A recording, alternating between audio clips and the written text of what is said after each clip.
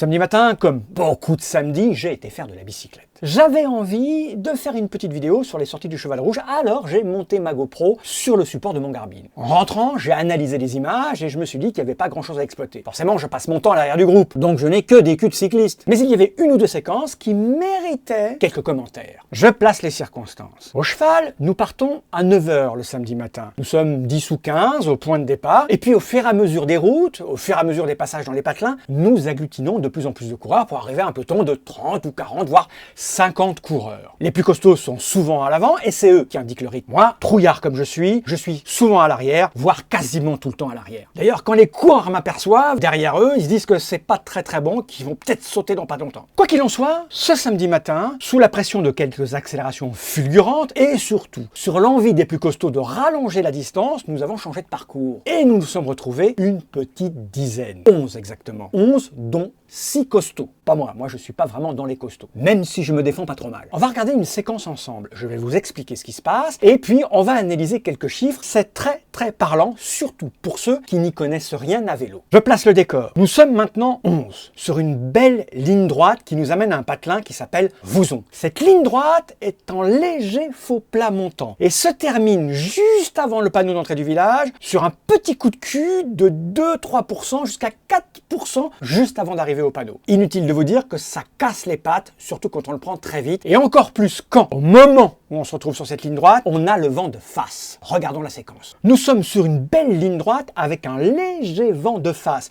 ce qui nous oblige à relayer pour se protéger un maximum. Nous sommes peu nombreux, 11 je le rappelle, et du coup, je me fais fort de moi aussi me porter à l'avant pour donner le change et prendre mon relais comme tout le monde. Alors comment ça fonctionne? Il y a là 4 données pour se rendre compte de ce qui se passe. Nous sommes à peu près à 40 km/h.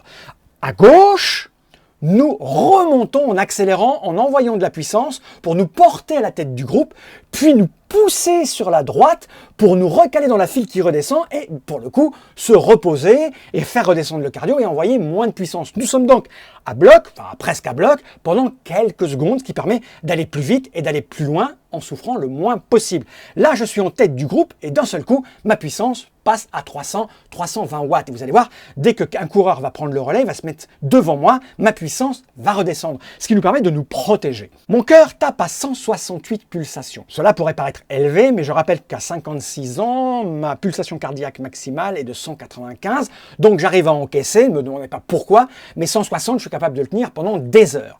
Donc regardez ce qui se passe, on se relaie les uns après les autres, on constate bien à quel point le positionnement dans les roues des autres est important. C'est-à-dire que je dois fournir moins d'énergie quand je suis bien planqué par rapport à l'énergie que je dois fournir quand je suis devant.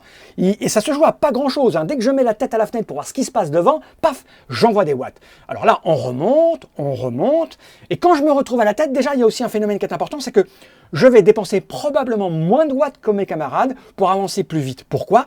Parce que mon vélo, le Starmac SL7, est aérodynamique, c'est-à-dire qu'il absorbe vraiment bien le vent qui arrive en face. J'ai des roues, elles ont une capacité à garder de l'énergie, à me rendre tous les watts que j'ai envoyés. Donc, finalement, quand moi je suis à 330 watts, les autres sont peut-être à 400-450 watts. Ça me permet de tenir un peu plus longtemps et de souffrir moins que les autres.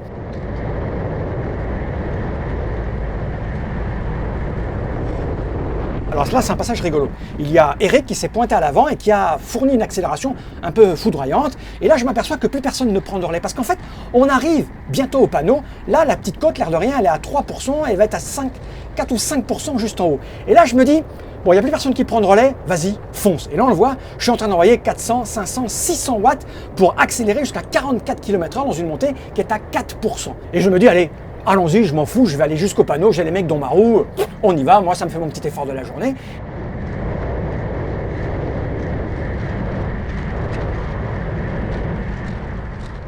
Et puis là je vois un petit jeune qui passe, un petit jeune, il y a à peu près 30 ans d'écart entre lui et moi. Et là je vois qu'il fait un trou. Et je me dis, personne n'y va, si, je vois un deuxième petit jeune qui lui aussi a au moins 30 ans de moins que moi, et puis plus personne. Et je me dis, merde, vas-y, accompagne-les, je bouche le trou. Donc je renvoie des watts et là je me planque dans sa petite roue. Vous allez voir, je vais faire mon fumier. Je me planque dans sa roue et j'essaye de trouver l'endroit où je vais dépenser le moins de watts. Vous voyez là, je suis sur le côté, je suis à 400 watts, je me prends le vent. Donc du coup, je me décale sur l'autre côté et je descends à 80 watts, 90 watts. Voilà, là je suis un petit peu en roue libre. J'ai des roulements extrêmement haut de gamme qui me permettent justement de profiter comment on appelle ça, de l'énergie qui est envoyée dans les roues. Donc j'avance doucement. j'avance doucement, puis là je me rends compte que en fait, plus personne ne veut passer. Le petit jeune devant baisse la tête. Je me dis qu'il est en train de piocher un petit peu. Alors je me dis, bah écoute, planque-toi et puis tu vas les niquer au dernier moment. Et oui, des fois j'ai un peu d'amour propre mal placé. Je me dis, je vais les niquer au dernier moment. Donc je me planque, puis je vois que rien ne se passe. Donc je vais décider d'accélérer. C'est parti, j'envoie. Mais au moment où j'arrive à sa hauteur, je vois bien que le petit jeune, bah en fait, il en a rien à foutre du sprint. Il me laisse passer.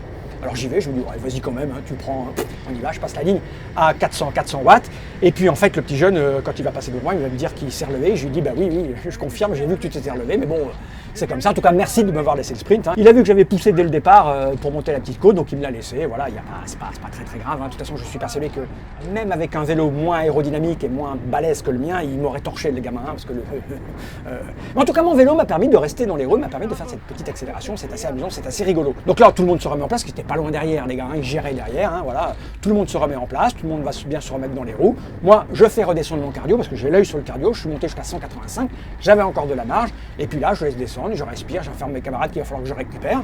Et puis je descends, 73 pulsations minutes. Voilà, roue libre. Alors, vous allez voir, on va atteindre les 40 km/h dans la descente parce que là, en fait, ce qu'on a monté à 4-5%, on va le redescendre, hein, forcément. Donc, moi, j'ai un vélo extrêmement sophistiqué avec des roulements céramiques qui envoient vraiment bien. Et il va prendre de l'accélération sans mettre un seul coup de pédale. Voilà, c'est aussi ça l'intérêt d'avoir un vélo très haut de gamme. Je crois que sans ce vélo haut de gamme, je ne pourrais pas faire ces petites accélérations et je ne pourrais pas m'économiser ainsi. Car je le rappelle, pour la même consommation de watts, je vais aller un petit peu plus vite. Ce qui veut dire que dans les circonstances de ces petits relais, j'ai dépensé moins de watts que mes camarades pour aller aussi vite. Forcément, parce que je suis plus léger. Ça monte un petit peu, donc du coup le poids là entre en considération. Et puis c'est surtout un vélo qui renvoie très bien et qui prend très bien le vent de face, qui le propage exactement comme il faut. Il me permet une pénétration dans l'air exactement comme il faut. Je rappelle en plus que j'avais le casque qui va bien et les chaussures qui vont très bien aussi. Voilà, bon je ne sais pas si c'est intéressant, en tout cas moi ça m'a amusé de commenter ça. Peut-être qu'il y a d'autres séquences que je commenterai parce que je me dis que faire des vidéos sur le vélo c'est bien, mais ça me demande beaucoup de travail alors que là je fais ça en 1 heure. Donc si c'est intéressant, j'en ferai d'autres parce que c'est plaisant. J'aime bien ça. Là après, il y a une route qui a un super rendu après. Hein. Le rendement est absolument incroyable. On sent que ça envoie tout seul. On va rouler à plus de 45-50 km/h, hein, quelques kilomètres plus loin. Mais ma GoPro s'est arrêtée en cours de route. Donc j'ai pas la suite en fait. Ça me donne envie d'aller pédaler. I'll be right behind you, Josephine. Even after everything we've seen. In this sterile room with blinding lights and faces pointing down, I only wanna scream, but still I just